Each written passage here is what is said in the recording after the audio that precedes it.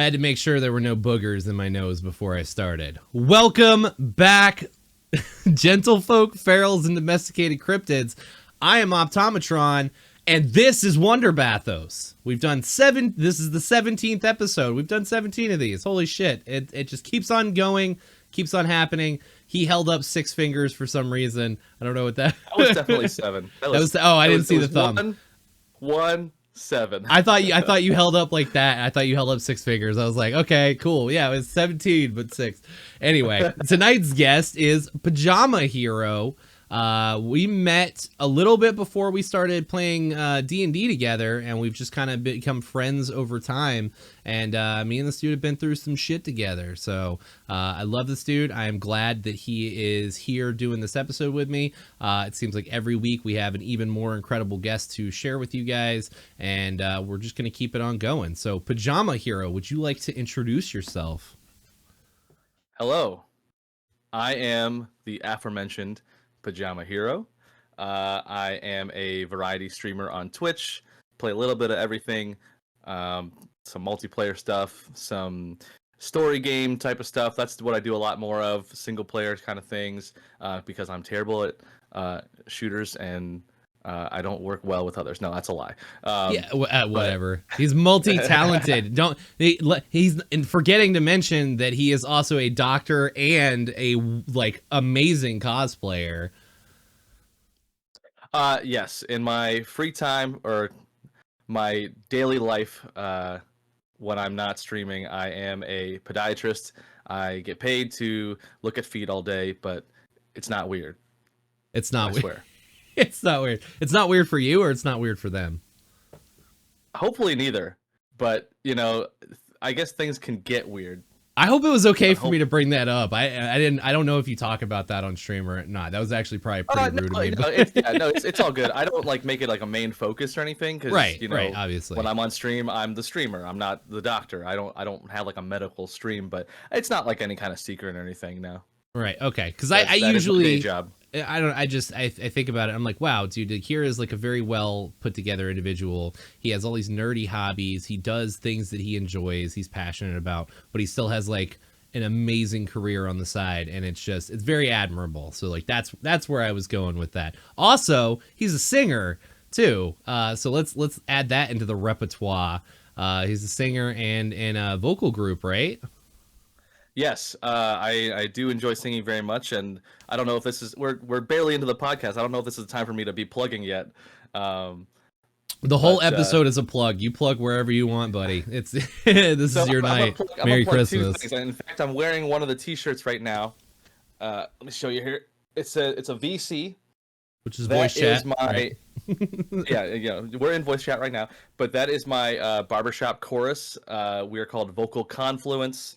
Not doxing myself too much to say that we're based out of Pittsburgh, Pennsylvania, and that's a great time. It's a super nerdy hobby, but it's a lot of fun. We have like 30 some members, but I do also want to plug another group that I sort of formed myself out of that group, and we've been running since the beginning of this year.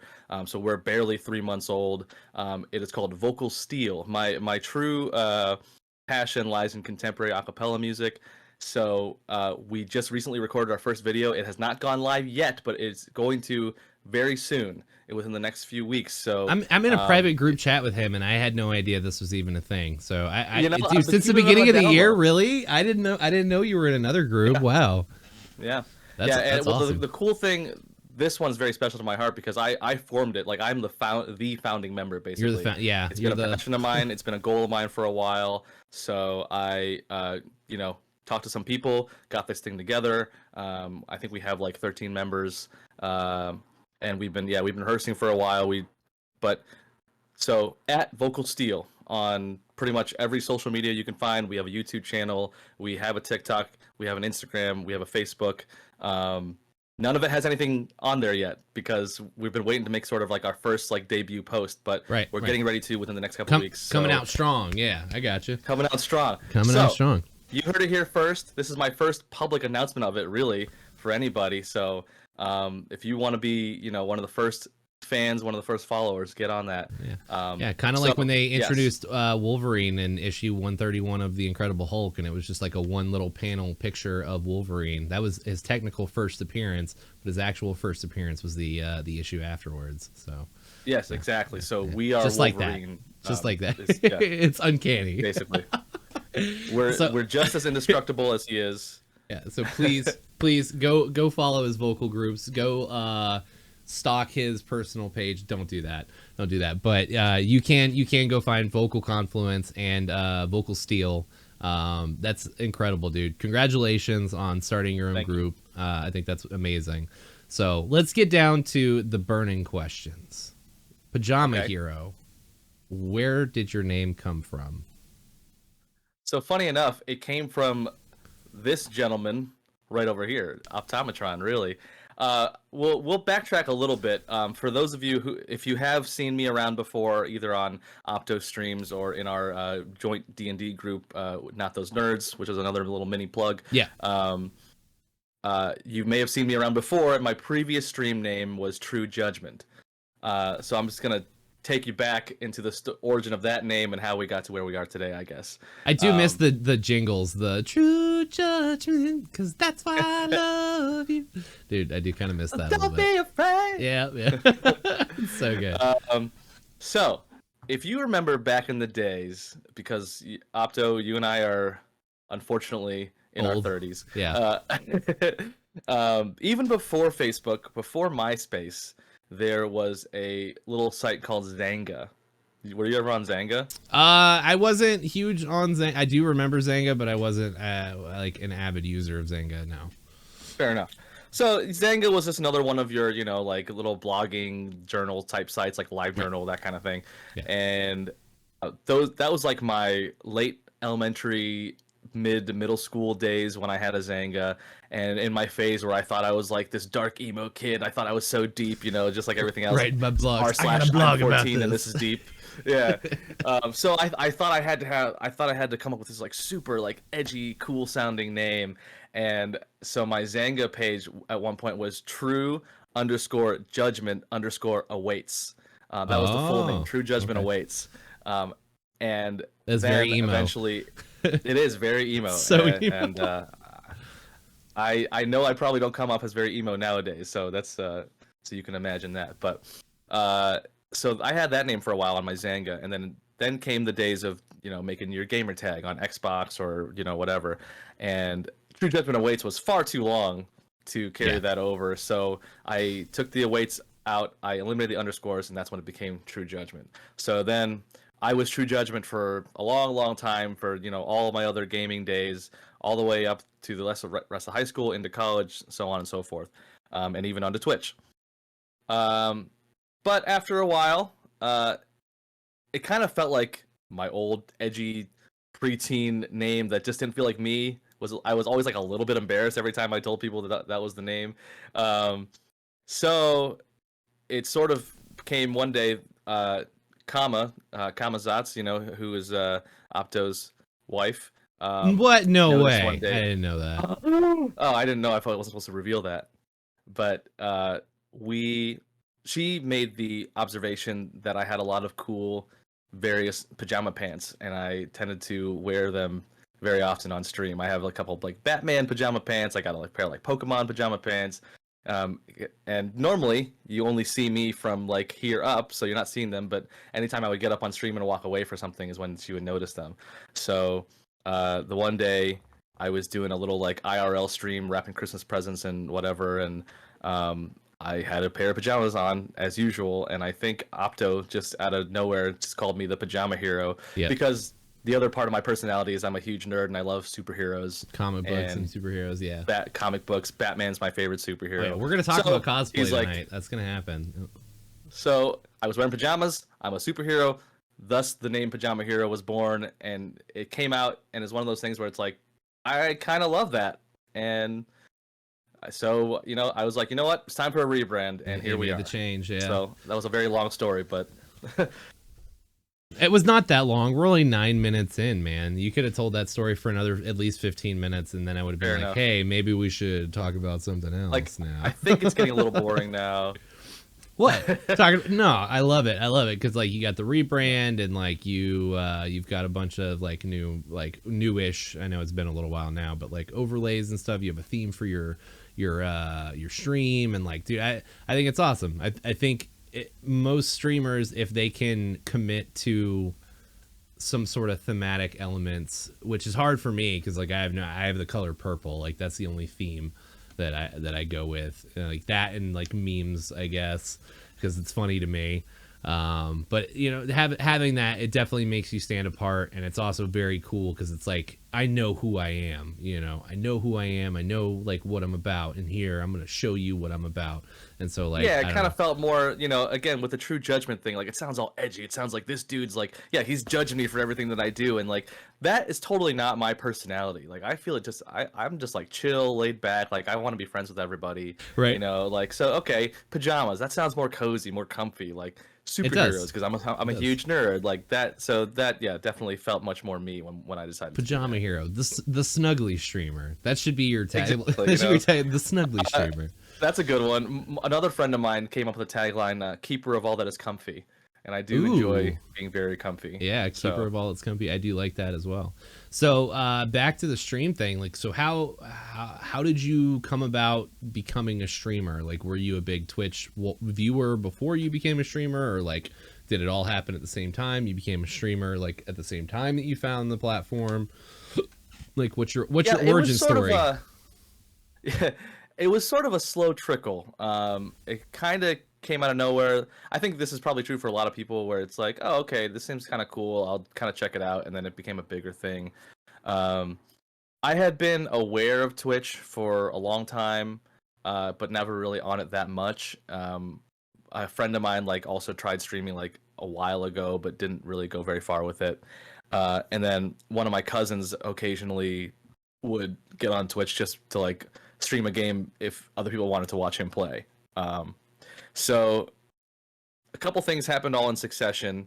A few years ago, I think it was late 20 or mid 2019, I started dating this girl, and like on one of our first dates, she told me that she was a Twitch streamer. She's like, yeah, I have like 2,000 followers. And I was like, oh, that's kind of cool. And at the time also like I still don't have 2,000 followers, but at the time 2,000 sounded like huge to me.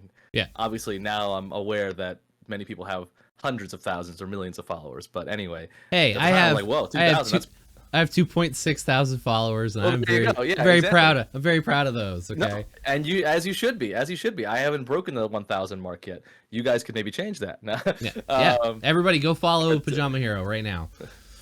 But anyway, so she told me about that. I'm like, oh, that's kind of cool. Like, so I started checking out Twitch a little bit more. And actually, it just so happened that she at the time was becoming less active of a streamer, but at least got it on my radar.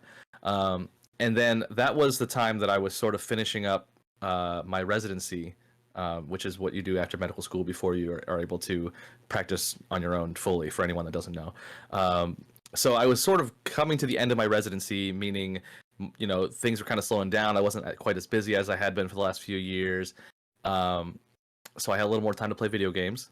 And Final Fantasy VII Remake was also not out yet, but on the horizon. It had been announced. There had been some hype. It got announced like 3 or 4 years before it came out, though. So I mean, yeah, the timelines fit. Yeah, because it didn't really come out until like the pandemic almost. Yeah. But it was but it was like upcoming at the time because this is 2019 actually. So yeah, not that much before.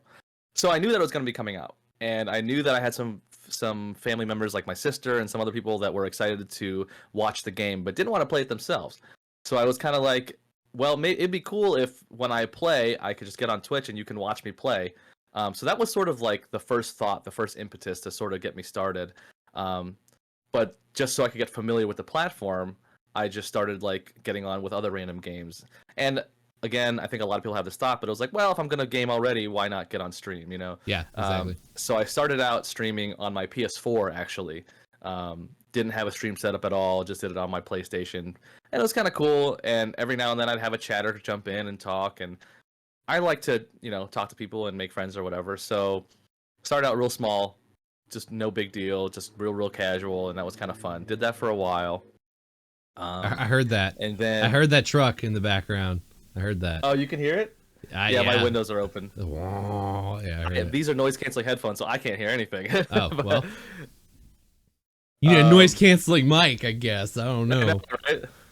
So sorry about that. Sorry about the background noise. Don't apologize. I just Um, like pointing out stuff that happens. That's just my thing. I'm just like, yeah, Fair enough. I heard that truck. So after I moved, because I was finished up residency, and then I moved to where I am now, because I started a new job. After I moved, I was starting to get a little more in streaming, so I was like, okay, maybe I'll actually get set up to like try to stream from my PC.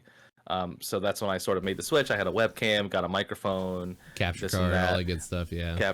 Yeah, exactly, and started getting on a little more serious. Um, and then it just became a thing where I was like, okay, this is getting more and more fun. I'm starting to slowly get some followers and chatters, a few regulars here and there. And at the time, another one of my friends was into streaming a lot, so we sort of like helped each other out a lot. I'd be in her chat all the time, she'd be in my chat all the time. But then, as the pandemic hit, obviously, two things happened at once. Final Fantasy VII Remake came out, and everyone was sitting at home Yeah. doing nothing. So I think this is true for a lot of people. There's tons of people on Twitch because they had nothing else to do. So like I know a lot of like people in the medical field obviously were like working overtime during that, I guess. In podiatry, like things started slowing down because of the pandemic. A bit, yeah, because I don't work in like an emergency setting.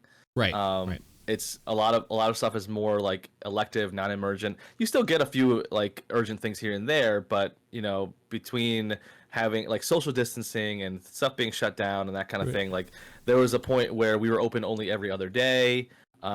We could only schedule like one patient in the building at a time instead of having people in the waiting room, that kind of thing. So like it was massively slowed down. We were never fully shut down, but it was much slower than what I am today. Gotcha. Yeah. So I had a lot of time at home, so got more serious with it and just had more and more fun with it. I really like the technical aspects of it. I really like figuring out like what makes a stream entertaining, and I was always helping other people. I was modding like 5 different channels at one point, so I just enjoy like doing this kind of stuff. So as I got more followers, more chatters, made more friends on Twitch, I just got more and more into it. I do love that. Just like as a quick side note, away from that, like it seems to be a running theme between a lot of streamers, like you were saying, where like, but I just love that anybody can be a content creator. It's not necessarily like you have to quit your job or like fully devote everything into it. Like you can have a full-time career outside of it and then still do it as a hobby and still have a really good time doing it. So I just think that's for sure amazing that the digital world, like where we're heading to, where like everybody's going to be a content creator on the side, like it's past just putting out Facebook posts. Because like I remember when it was just Facebook and like everybody was posting all the time about just what they were doing during the day, but now it's like everybody can be I don't want to say celebrity, but I don't know what other word to say. Like everybody can be like a face on the internet. Influencer. yeah, exactly. Everybody can be an influencer. There you go. When they use their powers for good. You remember that, chat. Use your powers for good. Don't spread evil, hateful shit, and make sure that if you're gonna speak like anything political, make sure it's for the betterment of everybody and not something just because you don't like Bush beer or Budweiser or whatever. Fucking idiots on the internet, I swear to God. But really, you shouldn't like those things. What? But yeah, no, you shouldn't like Budweiser. I like them as a company because of their stance and like what they're doing right now. I have high respect and admire the shit out of it, like because they are going to bat for people that don't have a whole lot of support and don't have like the voice for them. But also at the same time, I'm not a fan of their beer. But I will support them supporting everybody else. That's for sure. I just don't like their beer. Anyway, sorry, didn't mean to sidetrack. So like, yeah, no, you're all good. I was probably rambling on too, but that's the gist of it. That's the gist of it. So where are you going with it now? So like, I mean, obviously, you went to medical school and you have a license. So like, you're not gonna like, quit your job to be like a full-time streamer or anything. But like, do you have any goals or aspirations with your stream or with content creation? I feel like I go in kind of like ebbs and flows sometimes. I get in these waves where I'm really into it, like let's hit the stream hard, and then sort of kind of things kind of wane and I get kind of distracted and things like that. Because at the end of the day, yes, I have a full-time career, and as we mentioned earlier, I'm really into my singing hobby nowadays. So to be honest, at the time of recording this podcast, I haven't been as active as a streamer as I previously was or as I would like to be. Right. That's not to say that I want to end it forever. I do really enjoy doing it, and it's a great hobby. Just one of many interests. So yeah, exactly. I think a lot of content creators do. I mean, nobody, even the YouTubers, even like the million subscriber YouTubers, like they don't stay doing the same thing like over and over again. They usually pick up other hobbies and try other platforms, right. and like they diversify. They try to get out there and do a little bit more. Sure. And so like at the end of the day, and I'm not in this to make it a career. I'm not in this to make money. It would be nice to sort of grow a platform or have a base and have an audience that like is just ready to sort of like, be there and be supportive and see what I'm doing and that kind of thing. Right. I think you are trying to do this as well, but yeah, just to have like a little community, and it doesn't need to be huge, but just a nice, like small, active, tight-knit community is super fun. For sure. It's just weird. Making a bunch of friends. The mentality changes, like at first, I mean, when I first started streaming, I just knew that I wanted to do it. Like I didn't think that anything would come of it. I didn't think that I would blow up or do anything like that. And I just really, really felt passionate about doing it. And then I started doing really well at it. And I was like kind of given an opportunity where it was like, man, it's been 6 months and like I'm making more doing this than I was making at my normal job, my career. And so I quit and did it full time. And like, it was really awesome to have that experience and to just say that, hey, I did it. And I tried to stream full time and make a career out of it. But just because of how hard it is to do that and maintain that, and just like, I don't know, man, I would never try to do it again, like full time. Like I'm grateful for any support that I get. But now it's like, I just want to, that feeling of doing it because you love doing it, the feeling of being here with friends and playing games with friends and talking to friends. And like you said, the sense of community, like that's what keeps me to it. Like if I didn't have that, like I probably wouldn't do it.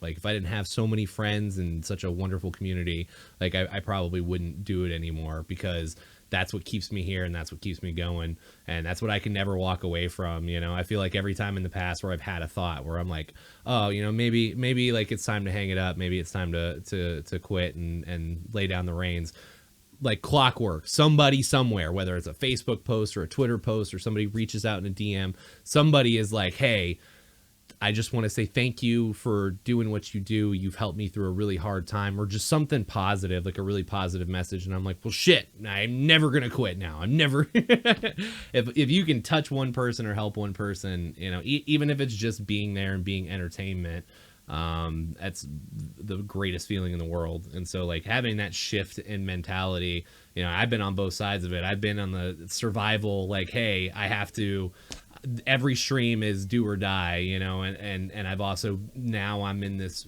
amazing headspace of just like, I do it because I love it. And I hope that everybody gets to experience the one, and if the cards are right for you and you just end up blowing up and things work out for you, make smart decisions. That's all I can say, but I'm rambling. Change the subject real quick here, but how's my audio sound? Have I been like clipping or like distorted or anything like that? No, you sound fine. Your camera keeps refocusing, but other than that, it's been a thing that with the camera that I've been trying to figure out the setting for. But I just noticed that the gain knob on my mic is a lot higher than I normally have it. So I wasn't sure if it was sounding bad at all. But I'm gonna turn it down just a tad anyway. It sounds perfect. But yeah, no, exactly. You start streaming and you start getting that first little taste of attention, right? Yeah. And then suddenly you're like, should I gotta keep this up. I gotta keep it going. Yeah, should I really lean into this and keep doing it full time? Like, maybe I'm pretty good at this.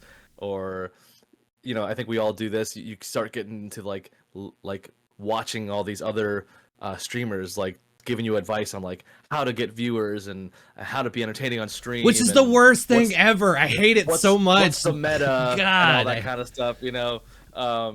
Top But 10 yeah, things I'm you definitely should at the be point. doing as a streamer. Like, I hate it so much. If I feel like it's with anything in life, I'm sorry, I don't mean to interrupt, but with anything in life, I feel like people, if you want to give advice on what not to do based on personal experiences, that's awesome. Perfect. Do that, you know, because I think that's going to help a lot more people than to, okay, well, this is how you get lightning to strike, knowing that there's no way that you can physically just make lightning strike, you know? Right. Right.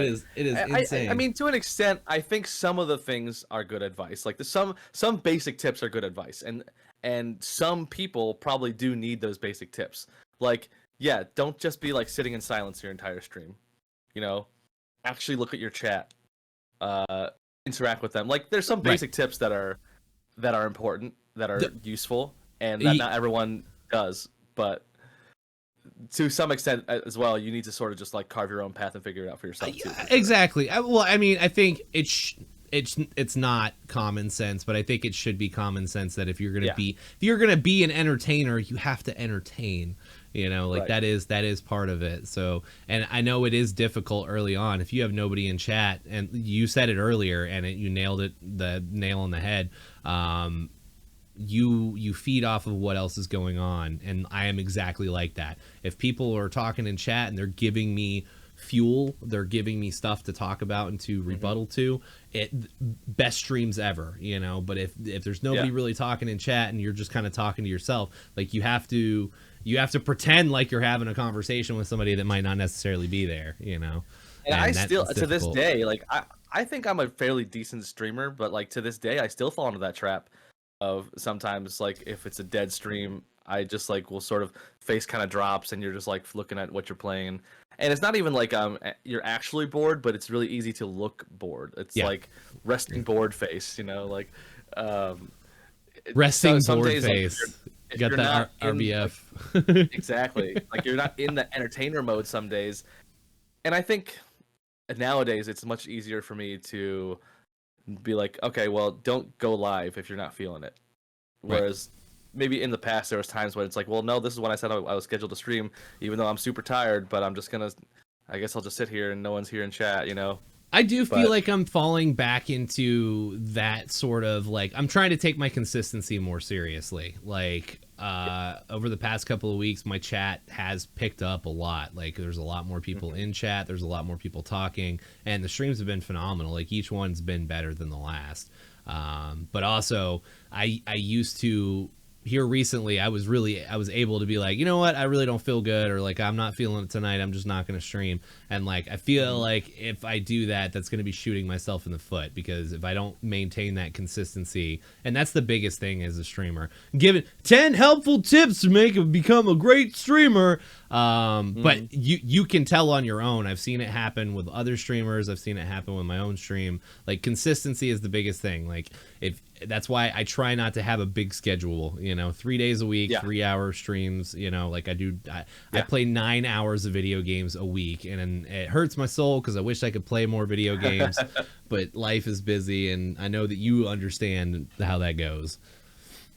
I think that's the important distinction too, is that consistency doesn't mean constantly being on stream. Yes. Yeah, right? Absolutely. Consistency could be 1 4-hour stream a week, but your friends, it's your chat, the same 4 hours, but it's going to be there every single week. Yeah, it's the same 4 hours every week. And you know, I talked about, you know, maybe not going live when you're not feeling it or whatever, but it's a little bit of a feedback loop, I think, because obviously maybe sometimes you start off not feeling it, but then people come in and your mood shifts. They shift your mood, and also, again, sometimes you do have to force yourself to get on there, because, like you said, building that consistency is then what's going to build the audience and build the interactions that you're looking for Well, to get you in the mood to stream. So you get out of it what you put into it, you know. I mean, that's For like sure. any hobby though, you know. If you're taking guitar lessons or any sort of music lessons and you're only doing 4 hours a week, like 1 4-hour session a week, if you miss that 4-hour session, then you know you're 2 weeks behind the next week, you know, and obviously you're going to be a little bit more rusty. You're not going to get as good as fast, you know. So Right. I think that keeping that in mind with the consistency aspect, but also like if I am not feeling it, I will not. Like I'm not going to force myself either. No, if you're just legitimately like, no, I am Yeah. not going to be a good entertainer today. I'm not going to be a good person Yep. to be around today. Then, like, what's the point? Yeah, exactly. I think that wraps it up for the streamer stuff. Unless you have any future projects or anything regarding the stream you want to pitch real quick.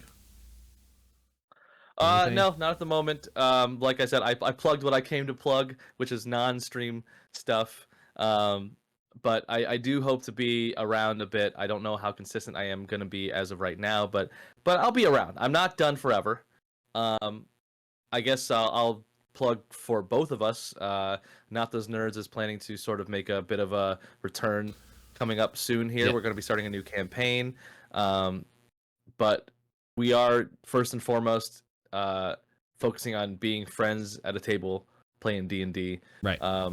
So not content creators trying to stream. Yes, we're not content D&D creators. game, We're yeah. just friends playing D&D. But Yep. if you're into that and you want to watch us play, by all means, check us out. We'll be probably up within the next, I don't know, month or two, something like that. Yeah. So there's that.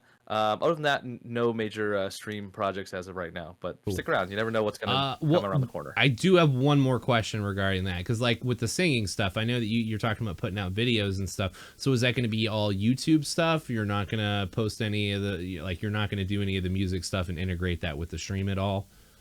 It's just going to be YouTube focused. Most likely not, aside from using my stream as an advertising platform. But it's going to be YouTube. But it'll probably be simultaneously cross-posted to Facebook. We'll probably turn it into some TikTok, some quick TikToks or something like that. So keep a lookout for us. But yeah, it'll mostly be across the social media platforms. I generally, I think I'm keeping my sort of stream content and my music content sort of separate for now, aside from I sing on stream a lot. There's you can redeem a channel point reward to have me sing on stream, but as far as like my whole acapella group singing, you probably won't see that on stream very much. Right. So you're not gonna live stream any of the events. I don't know, man. It might be kind of. I understand wanting to keep it separate. You could totally just make a new channel for it though, like have like a It's not so much that I don't want to. It's more that you won't see it on PajamaHero. Let's put it that way. Right. That doesn't mean it won't show up somewhere. You might not see. You might see it stream somewhere. Maybe we will have a separate channel sometime, but it won't be PajamaHero content. It'll be Vocal Steel featuring PajamaHero. Vocal Steel featuring, yeah, dude, that's awesome. Featuring PajamaHero. I love that. I love it so much. So we have reached a fork in the podcast, essentially. So now that we've talked about the streaming stuff, we've learned a little bit about you. Now we have a few different paths that we can take. We can go down the cosplay route and talk about some of your cosplays and conventions and all that nerdy stuff. We can talk about comic books and superheroes. If you want to talk about like any sort of current events, or if you want to talk about aliens or like conspiracy theories or games or movies coming out, there's a broad spectrum of stuff that we could possibly talk, or anything different if you just have something lined up that you want to talk about. But you are the guest, so you get to pick. Well, I will say I'm not a real big into the alien conspiracy theory stuff. Not that I don't enjoy it. I don't have much to share regarding that. Much knowledge there. But we can I think we could certainly start at cosplay, and that'll naturally lead us into comic books, and movies and things like that. So what do you want to know about? Let's talk about some of your cosplays. Do you have any? I'll say the last cosplay that I remember seeing you do was Shang-Chi, and I know I've seen you do Nightwing. Do you have any other prominent cosplays in your repertoire, or do you have any cosplays planned coming up? One of my, I think probably most popular cosplays, which I haven't worn in a while actually. It's one of my first ones, but one of my best ones because you don't see many of them, is Hercule, aka Mr. Satan from Dragon Ball Z. Incredible. It's I love great. it. I put a big fro on. I put a big fake mustache on. I got like this brown like bathrobe basically, and the pants that I wear are actually my old pants from when I used to take Taekwondo. And people always love that cosplay. They always stop me when I'm walking around the cons wearing that. So that's a fun one. That's a prominent one. Dude, that's awesome. I love that so much. And Hercule. I always attempt to do like the voice. I'm not great at it, but uh Hey, A but yeah, plus for Nightwing. trying. And if you're trying to do the voice while in cosplay, man, that's the extra mile though. Just having the confidence to try it out in public in front of Right. people. Right. And sometimes I have like a little plushie of Cell with me as well, from Dragon Ball Z. That's awesome. Uh, and my sister sometimes will cosplay Videl with me when I do that too. So like a little father-daughter cosplay kind of thing. Oh, that's Kind of awesome. funny. That is Yeah. really cool. I'll have to look Uh, through your Instagram and try to find those pictures because I don't think I've seen you do Hercule. Yeah, it's on my personal Instagram. I have not posted it to my like PajamaHero Instagram, but I should post it as like a little throwback picture or something You like should. that. You should. Sometime here. Bro, It's not dude, so much cosplay stuff from back in the day that I'm like, man, all these pictures are great. And it's like, I don't know why people get scared to repost stuff that they've already posted.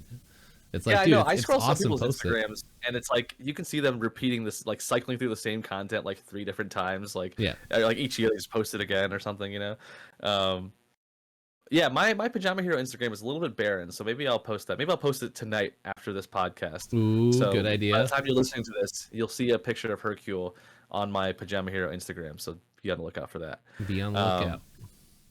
So but any cosplays Nightwing- coming up? Coming Nightwing, up. talk on it. Well, no, Nightwing is one of my favorite ones to do, and I have sort of like upgraded it little bit by bit over the years. And I think a lot of us cosplayers do that. You have like your first one, and then you add a new piece to it eventually, back or to it, like yeah. do something a little It's- cooler with it. I gotta say, I love Nightwing. I love the fact that you just chose Nightwing to latch onto. Some of our best friends, we're their daughter's godparents essentially. Like we're very close with them. The husband is obsessed with Nightwing, and we even named our son after Nightwing. Right. Yeah, it's absolutely insane that people latch on to Nightwing because they're obviously, Nightwing is huge in the DC lore and in the DC comics, but when you think like main characters, like Nightwing doesn't get as much love as he should, like ever, Right. And so I think it's awesome that people latch on to characters like that. It's so good. I will say I don't quite have the booty for Nightwing, but I do my best. You try. That's all that matters. Little I booty's do better than try. no booty. There is so I guess as far as upcoming, I do have like sort of a brand new kind of armor piece that I got for Nightwing. I did not make it myself. It was a commission. But it was a one size fits all kind of situation, and like I feel like it's a little bit small on me at the moment, so I'm trying to get a little more into that Nightwing shape before I Right. debut it. But I am excited about it. So it's going to be a brand new look for my Nightwing cosplay. But I've also done, oh yeah, Shang-Chi, like you said, it was a fun one and a popular one because again, that Asian superhero representation, man, you don't get enough of it. So Yeah, it's true. It's very always true. joy when I walk around as that, and I like that cosplay a lot. Our friend, Sugarbun, made me a staff as part of that cosplay. That's very, very cool as well. And it's actually a piece of it's broken right now, so I might have to have her repair it. But I do enjoy doing that one a lot. You ever I've gonna started add the rings to it at some point? Are you gonna get some rings? I do to add have to some it? rings. Oh, do you? have Okay. some rings that I wear with it. Yeah. But when I first started doing it, I didn't have any rings the first time, and then like because I bought them off of Etsy, I couldn't afford a full set of 10 the first time, so then I had like a few rings on. But I think I actually have up to, all 10 now. Nice. So yeah, that one's fun. I might eventually just start like making my way down the Bat family because I've also started doing a Red Hood cosplay. Mhm. I don't have the actual helmet for it, but I do his sort of like more of the Jason Todd look with I put a little like white streak in my hair with the red mask and stuff like that. But that's been a fun one I've been doing. those are probably some of my better ones. I've done like little small things. If you watch the more recent like Voltron Netflix cartoon, I did like a hunk cosplay a while back. Oh, that's Um, badass.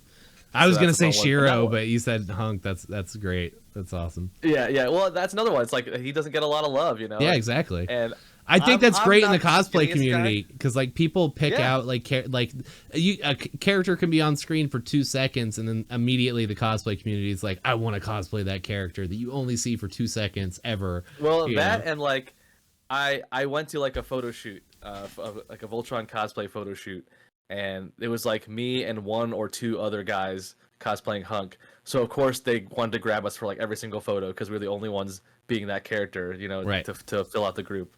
And like I'm not the skinniest guy, and Hunk's kind of like a chunkier character, so like I felt like my body type I fit it pretty well. So that was a fun one. Uh, I don't think I have any other major ones coming up at the moment, but. Well, you did spur the Yeah. first comic book question. I do have a question that I'm kind of curious to see what you think is going to happen. So Sure. I know that you're more of a DC guy than a Marvel guy, but obviously I know that I you like like both. Marvel. I know you like both. Yep.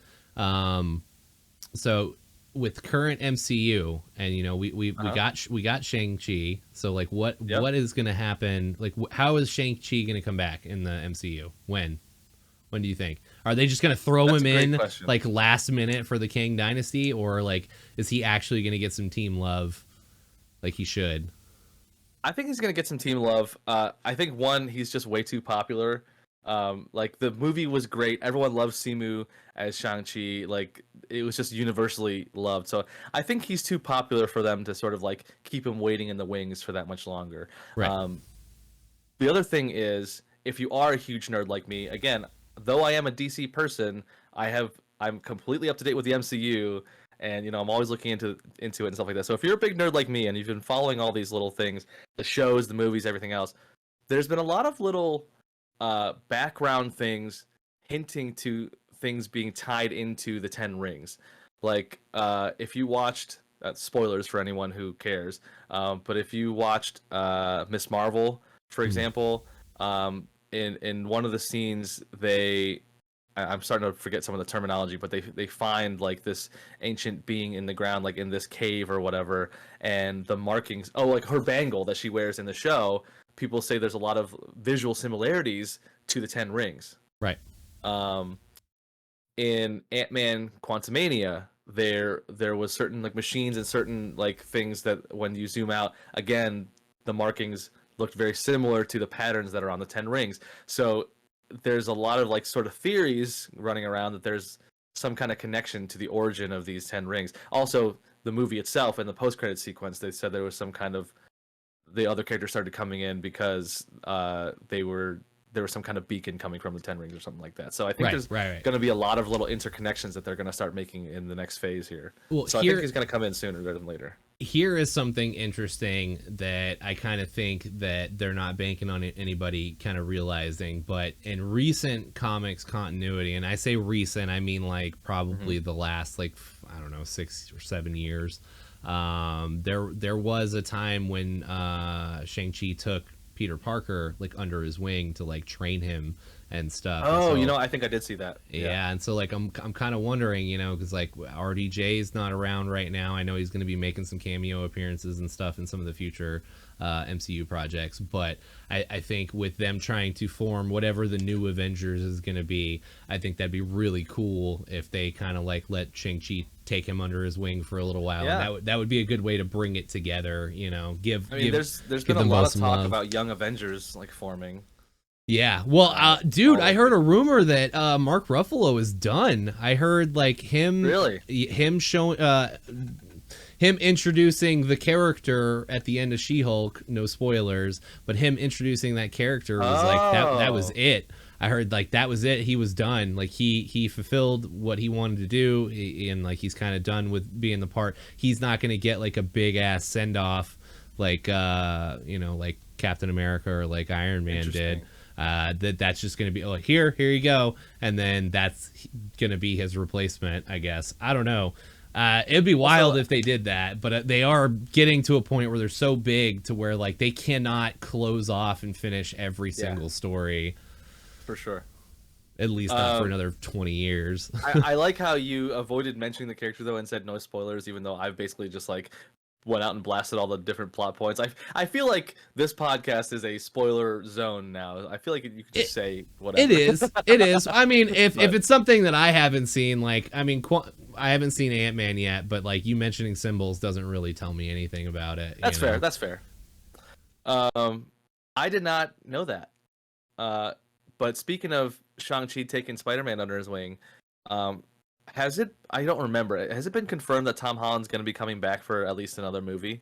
Oh yeah, at least a few. I know that Sony is already working. I don't know how it's going to work, but I think that you know how Tom Hardy has popped over to the MCU in a couple scenes now. I think that is not going to happen under the MCU umbrella. I think what they're doing is they're setting it up for the third Venom movie, and it's going to be like another Spider-Verse crossover type deal. And so I still haven't seen the second Venom movie. You haven't seen it? Oh man, I love Woody Harrelson as Carnage. It's amazing. Do you? Yeah, I mean, my hangups with the franchise are just like, I don't know. Why does he look the way he does? In the comics, Peter Parker got the symbiote and it took over his personality. Like it learned everything about him, and then that's why Venom looks like a dark Spider-Man suit. A spider, yeah. And so like how I don't know. I'm excited to see it. The Tom Hardy Venom doesn't really have like distinct spider markings the way that he doesn't. The other one does. So he's solid, and maybe we'll get that. Maybe when they finally meet up, he'll be like, "Oh, I'm gonna take your symbol or whatever," But speaking of, you know what I didn't like about one of many things that I didn't like about Spider-Man 3 with in the Tobey Maguire trilogy. I think it's safe to spoil that. Well, I was gonna say, obviously people didn't like that movie anyway, but what I didn't like was that the symbiote in that movie just made it into a black version of his regular suit. Because I always loved the solid black white spider emblem Venom symbiote suit. That always looked so cool and so sleek to me. Well, it's crazy that we're coming full circle because they've announced Battleworld, and Battleworld in the old comics is when Peter Parker actually first met the Venom symbiote or the symbiote and got the black suit or whatever, and was it Secret Wars or whatever.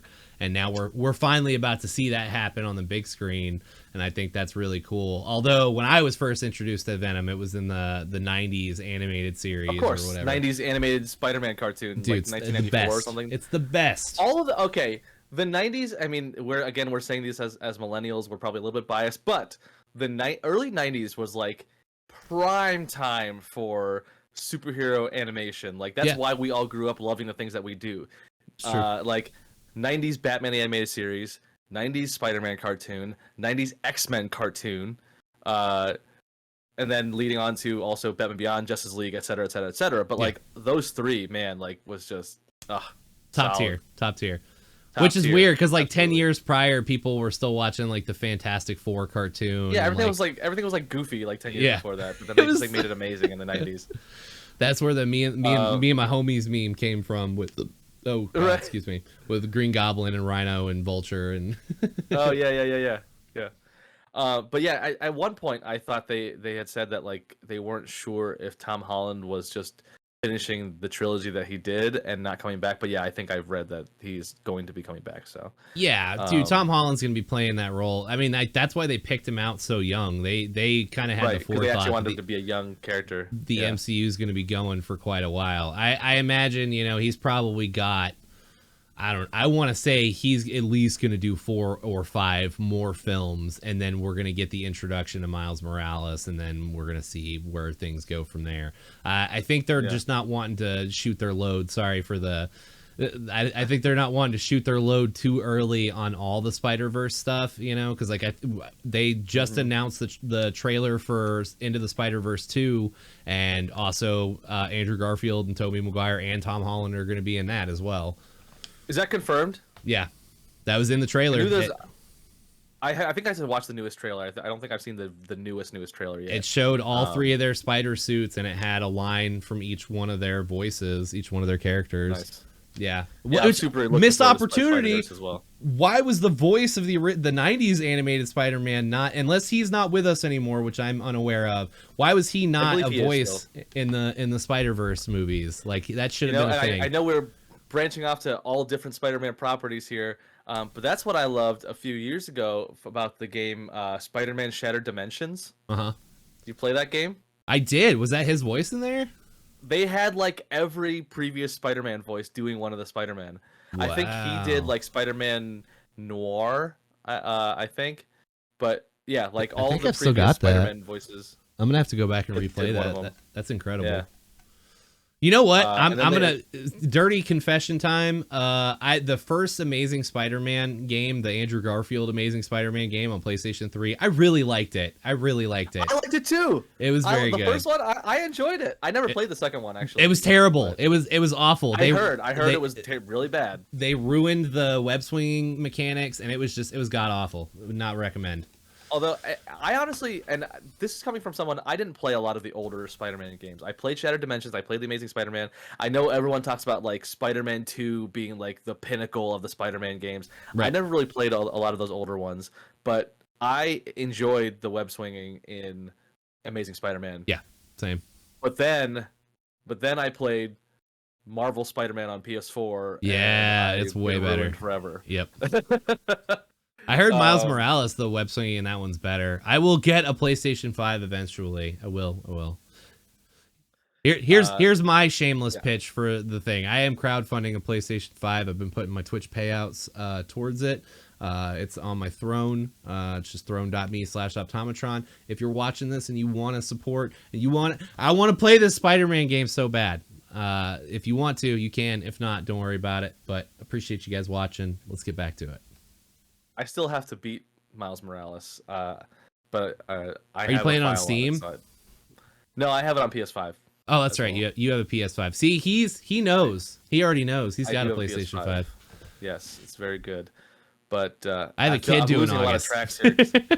Yeah, that's fair. I can't afford it. I'm a single guy. I have no other dependents that my money is going towards. So, but I feel like I was gonna say something else about Spider-Man, but we've nerded all about it. It's fine.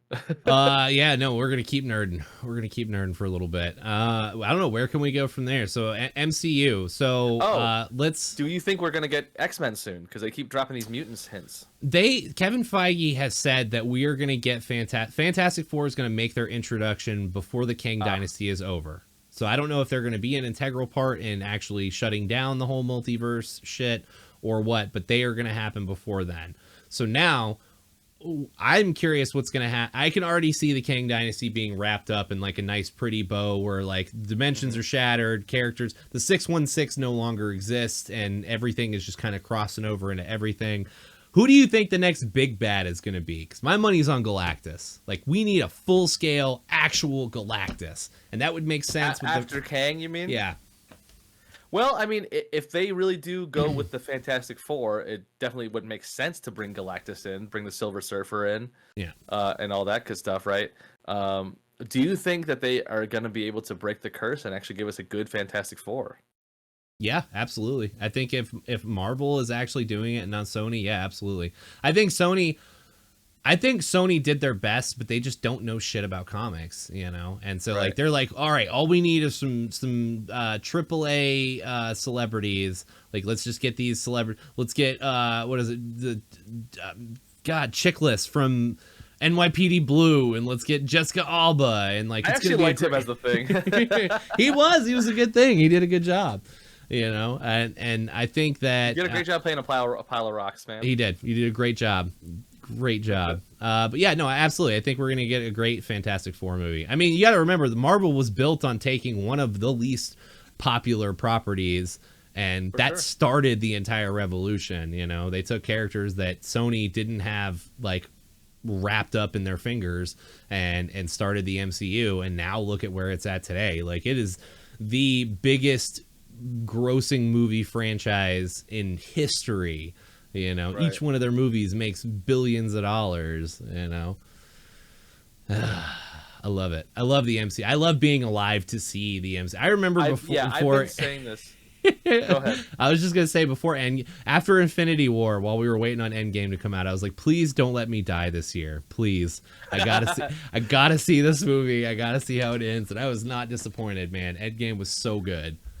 Yeah, I've just been saying this for probably about the past decade or so, that like it's such a good time to be a nerd, to be a superhero / comic book fan. Because like, again, just like we said before the 90s with the cartoons, like before all of these franchises started, like there was never this many just amazing superhero properties that were taken seriously and just done well, and just and like the special effects and CGI are at a point where it's like amazing to watch every single time, so it doesn't all look goofy, you know, like it's just a great time to be a fan of these things. Well, and being around for the old ones too, and seeing them come back to life, you know, like at first I was really disappointed because like I really wanted them to bring back Wesley Snipes for Blade, and I was really excited at the prospect of that. But now the more and more I see Mahershala Ali and see him like dressed up as the character, and like I'm very excited to see, because he looks more like, his personality seems like he would fit more in the MCU than Wesley Snipes would, you know what I mean? Or like Nicolas Cage as Ghost Rider, you know. I really think that them bringing in these newer actors but being alive for both of those is amazing, you know. Watching how the Spider-Man shit has evolved from Toby to Andrew and now to Tom Holland, you know, and like I'm excited to see what's beyond that. You know, we already got Miss Marvel and stuff. I can't wait to see Spider-Gwen and Miles Morales hit the scene on the big screen, you know. Like there's an infinite amount of resources for them to cover, and so many stories to adapt, and they like, I mean, it's just an infinite money machine for them, but it's so much nostalgia and childhood and everything that we love, you know, being brought to life over and over again, and I can't get enough of it. Two things, one about Blade and one about MCU multiverse. Did you know that in the old Blade movies, I don't remember which Blade it was, but they're like Wesley Snipes had like beef with like the director or something like that. So there's a scene where his character is supposed to like wake up and open his eyes, but he refused to open his eyes. So they had to CGI his eyes opening. Did not know that. That had to be the third one with Ryan Reynolds. I think it was the third. I think it was the third one. But yeah, like there was just some beef, and he's like, nope, he just like refused to open his eyes. So instead of getting him to finally do it, they just filmed the scene as is, and then they added. And you can find the clip on YouTube. They added in later, just like really bad CGI of his eyes opening like over his eyelids. Oh my god! It's hilarious. Yeah, I need to look that up. The first one was so good, man. In the 90s, I remember the first Blade coming out and being like, this is the coolest shit I've ever seen in my life, dude. This is what comics should be. You know, R-rated comic book movies. I've never seen any of the Blade movies. Please watch the first. I'll host it in the Discord and we can watch it together. We'll watch the first Blade movie. The other two I don't give a shit about. It's like The Matrix. Like the second and third one, like they're okay. It's like a fun time, you know. But the first one is amazing. It's incredible. And revolutionary. Yeah, it's so incredible. Yeah, my only exposure to Blade was again the Spider-Man cartoon when he got introduced there. With Morbius and stuff like that. There was I love that arc, by the way. That's probably my favorite. Like the animated Spider-Man series got so dark at times, and it's like I can't believe this cartoon was for kids. But I remember like storylines about like him being cloned, or like Mary Jane not being a real Mary Jane, and like all this like kind of stuff. Like stuff that was like, oh my god. Yeah, like they go, dude. Him growing like 2 extra arms and stuff. Like, dude, like being a freak. Like you're bringing like flashbacks of memories to me right now. Dude, it's so good. There's in talks right now. You can watch both of those. So you can watch the Spider-Man and X-Men animated 90s series on Disney Plus. But it's in like but it's in like 160p. It's so grainy and so bad. And they announced a while ago that they are going to pick back up the oh god, what's his name? They're going to pick up the 90s X-Men, which is Jim. I did see that. I want to say Jim Lee. I think Jim Lee was the artist for the 90s X-Men. Yeah. And so like that was great. that's where all the character styles in the 90s animated series came from, was all his art. And so like they are going to pick that back up, and they are going to, you know, continue on. It's going to be a direct continuation of that series. And so like you're giving me so many thoughts that I want to say all at once. So good. Backtracking real quick, because you mentioned like the Fantastic Four wrapping up the multiverse and stuff like that. Yeah. One thing I was reading an article actually earlier today that they noticed that in the Spider-Verse trailer that there was a bit of a retcon, that instead of the MCU being designated 616, it went back to being designated like 19999 or something like that. Because all the multiverse stuff now, yeah, it's changing. I mean, that's kind of what happened in the comics too. I mean, Marvel and DC both did the same thing, where they were like, all right, well, here's our main continuity. We need to wrap this up. Yeah, we're gonna have some big cataclysmic event like Battle World for Marvel, and I think it was Infinite Crisis or Crisis on Infinite Earths for DC. And it's like, now we're gonna split everything and bring everything we want to one universe, you know. Yeah. And so so the MCU has been 616 for a long time, and now they're finally like, yeah, it's not the 616 anymore. Right. You know. But the other thing I want to say, this is a little bit a little gripe that I have, just because we were on the topic of X-Men. I'm gonna come out and say it right now. Hot take. First of all, I'm a Cyclops / Scott Summers apologist, sympathizer. Okay. Yeah, I don't know what the word is for, but for sure. Did you read the Scott Summers? I think Cyclops gets a lot of hate. I haven't read a lot of the comics. It's more just from the. If you get a chance, read the newest X-Men series. The newest X-Men series is so good because they don't. It's its own standalone thing, and it has a beginning where like everything starts for them, but they don't disregard everything that's happened in the last 70 years in their comics history. So like all that stuff is still kind of there, but they don't really talk about that. This just kind of starts as its own thing, and it is absolutely wonderful seeing all the stuff on Genoa and like how they've got their own X-Men civilization now, and like, dude, it's so badass. And Scott Summers gets a lot of love in that series. They paint him as like a wonderful, like a good leader, a good person, a good dude, and like he gets a lot of love. So I would definitely check that out if you get a chance. On the flip side of that, so that's my hot take, is one, Scott Summers deserves more love, but on the flip side of that, Wolverine is overrated. Ooh. I think he gets too much of a focus. And come at me. I know. Ooh. Don't get me wrong. I love Hugh Jackman in the role. I think Wolverine is cool, but that was what it always was for me. Like watching the cartoon and stuff like that. Cyclops is the leader. Can I hit you with another hot take though, based on that? Sure. Wolverine was undoubtedly the best part of all the Bryan Singer films. Like Hugh Jackman was the best part. Yes, you have all these you have these wonderful celebrities, you know, Patrick Stewart as Xavier, you know, all these people, you know, Scott Marsden or James Marsden as Scott Summers, like, but the thing that kept those movies going was Wolverine. And then for him to not only transition from that series into the new younger series and still be the same character, like, I get what you're saying, but also they didn't really have anything else. Like he was the one thing that they could bank on making it successful. I'm fine with that opinion because Hugh Jackman did really well in the role, and like based on that, I understand why they sort of spun it off with him and stuff like that. But even outside of the Bryan Singer movies, like just in everything else, like because I grew up with Cyclops is the leader. Wolverine is just the angry strong dude. He's the emo Canadian. He's the emo Canadian guy. Yeah. So but then like suddenly like all these cartoons start coming out and like they want to make him the leader of everything, and like it's always Wolverine and the blank, and like he's just like the main focus of everything. And to me, I'm just like, why? When did that start happening? And that's my hot take basically. That I think, and plus like. He's so popular, but he's like overly popular now. So it's like it's just the default thing to like, oh, I love Wolverine, but what do you really know?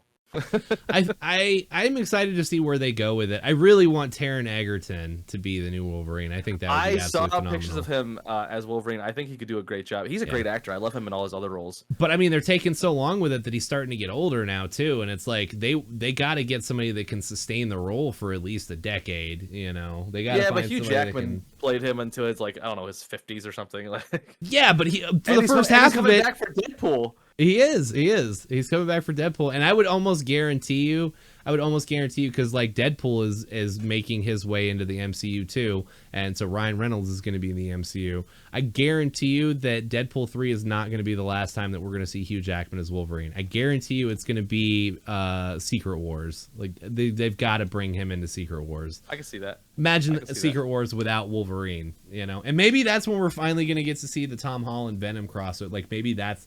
I just know that Venom 3, that's going to be a huge thing. How old is Taron Egerton? Sorry, I cut you off, but I mean, I think he's in his 30s. I think he's around our age. Yeah, he could still do it for a while if they started soon.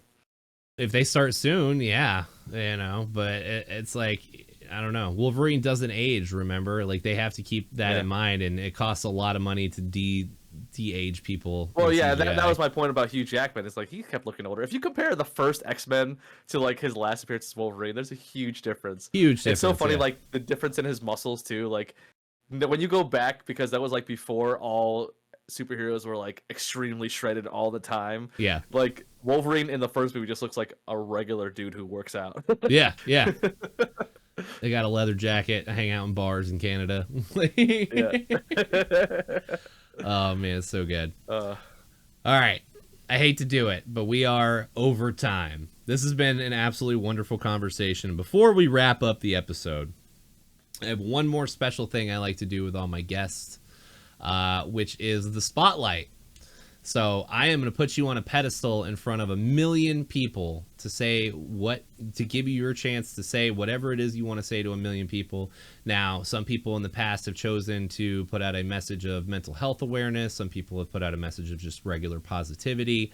Some people have used it to say something goofy or silly, and then other people have used it to promote themselves. There is no wrong answer here. You say whatever you want to say. And yeah, that's it. So I'm gonna put you're in front of 1 million people. You get your one chance to say something to those 1 million people. What would you say, PajamaHero? Before I step up onto the pedestal, I'm just gonna make one small DC comment because we talked about Marvel the whole time. Okay, fair enough. I just watched the Blue Beetle trailer. I need to watch it still. I heard it looks really good. I'm super hype about it. I know there's a whole reset thing. You know, the what's his name, James Gunn and Peter Safran taking over and kind of flipping it all over. God damn it! All right, we got to get into this conversation. There's a lot of new stuff happening. We got to get into it real quick. With James Gunn taking over the DC. We got to get into it. Sorry. All right. That's not the end just yet. We're going to push that off for just a minute. Pedestal's over here. I'm going to step up onto it shortly. Okay. Those 1 million people can wait. All right. So, yeah, DC, yes. Blue Beetle, the big reset with James Gunn wanting to reset everything and bring in younger actors and redo everything. I think it's going to be absolutely phenomenal. What do you think about the Flashpoint movie? Do you think it's going to be good? Or do you think it's just going to be Michael Keaton? I'm a general optimist about a lot of these movies, and because I'm also a DC sympathizer, like I usually try to give them the benefit of the doubt. Supposedly, Tom Cruise loved the Flashpoint movie, and Tom Cruise did Top Gun Maverick, so I mean his opinion has to be right. Scientology. I do think it's going to be a lot of Michael Keaton, but I don't know. I've been hearing optimistically good things about it, and you know, as Flashpoint, anytime they do any kind of Flashpoint storyline, it's made to reset everything. So like regardless of how good or bad it'll be a nice jumping off point into the new universe, I think. Yeah, because like recently they announced that Ben Affleck was going to make an appearance in it too, and that's been a recent development, I think. Like at first, and he's not. I don't think he's going to be in it for very long. No, but at least he's been interviewed about it, and he felt really good about the way he played it. He's like, I'm not there very long, but I'm really happy with how I portrayed him in that instance. And it's like, it's unfortunate that his other appearances have not been the greatest. But he says he feels like he really nailed it finally in this appearance. So, dude, I'm excited. I want the Matt Reeves fucking Ben Affleck versus Jared Leto Joker. He's the worst Joker, hands down. but I want to see it so badly. I would have loved to see it too. Absolutely, I would love absolutely. to see that. Just give us the Matt Reeves Batman. Like, release the Matt Reeves cut. Right. Release the David Ayer cut. Like, I want to see more. Because I feel like, I know it's probably not going to be much better, but I would like to see all those deleted Joker scenes. Yeah, I think I'm with you. I'm with you. Like, it probably wouldn't redeem or save the whole movie, but I'd like to see it. Yeah, I would like to see it. And like, dude, the Batgirl getting canceled, that's awful too. Like, yeah, I mean, what's up with that, man? I think they just made a lot of that was probably before they brought in James Gunn to take over the DCEU, and so a lot of decisions that it wasn't salvageable is what I think. Right. Is what happened. They couldn't just take out the parts that to retcon everything. It was too much. But yeah, no, WB has had a really bad track record of meddling in all of these movies, and I feel like they're almost kind of similar to Sony, where they kind of like want to always step in and like fix it, but they just make it worse. Yeah, it's like just let the people do what they're going to do with it. The people who actually know the original stories and the original characters, just let them do their thing, you know. I think James Gunn is going to be a good step in the right direction, because like, he's not going to take any shit from them. He's going to be like, hey, it's going this way, or you guys aren't going to make money off of it. Like, well, and he's got such a good track record. He's done all the Guardians movies. He did the newer Suicide Squad, which was great. Like, my only hope, and I'm optimistic, my only hope is that James Gunn does have a very specific brand of like comedy. Yeah, I've enjoyed his movies, don't get me wrong, but I do hope that it doesn't feel like the entire DCU is just that. It's just that James Gunn vibe. The whole DCEU made like his version of Suicide Squad. You don't think that'd be fucking awesome? I think it would be. I think it'd be good, but I hope the characters, like individual characters, get time to shine. I hope that serious movies and serious characters can stay still serious. Be serious. Yeah. I feel that. And I think that he knows enough about comics to do I agree. that. I think he's smart enough to make the right moves and not let that get too carried away. Because I feel that, with like, for reference, the newest Thor movie, like, there's so much really sad content, like awful things in that movie, and then it goes right from like a joke about something horrible happening to somebody to like jokes and like very lighthearted, and like, it was a roller coaster. Just like, I don't know how to feel about things right now. Should I laugh? Should I cry? Like, what the hell is going? You know, that's sort of like the Taika Waititi thing. Like, everyone loved Thor Ragnarok, and that was when he started leaning into the comedy of it. But then he took that and just pushed it to the max. Yeah. With Love and Thunder, and it was just too much. Yeah, it was. I feel like it should have been one or the other at that point. Yeah. It was still good. I enjoyed it. Christian Bale killed it in that movie. I thought he did a really good job. Oh yeah, he should have gotten more screen time with the character. But yeah, I will say that I am also sad that we're never gonna get a full on Nightmare Batman scene with Ben Affleck. Yeah, would have loved to see how that all turned out. Yeah, for sure. Would have been great. Maybe just maybe that's his role in this new movie. Maybe we'll get to see like a possible future where all that shit happens, and we'll get a little bit more on that. But anyway, so here we are, back at the pedestal or the podium, whatever you want to call it. There's a million people out there. What is your message to the world, Pajama Hero? I think my message to the world would be, think about what other people might have going on. You never know where they're coming from. You never know what they're going through. So maybe take a moment before you jump to judgments. True judgments? Before you jump to those true judgments. Before you make true judgments. Don't make false judgments. Don't make false judgments. On the flip side of that, educate yourself and check your facts, and don't believe everything that people have to tell you. You heard it here first, folks. Check yourself before you wreck yourself. All right. You're damn right. Anyway, man, it has been an absolute pleasure. I cannot wait to bug you into being on the show again. It has been an absolute honor. I always love nerding out with you. I can't wait for our new D&D campaign to start. Remember, everybody, go find Vocal Confluence and Vocal Steel and follow them. Vocal Steel's got some big stuff coming up, and Pajama Hero is very excited about it. So, with that being said, Nerd Out Part 2. Yes, we will. Nerd Out Part 2. All nerds. So with that being said, this is the end of episode 17, and I will see you guys next week on Wonder Bathos.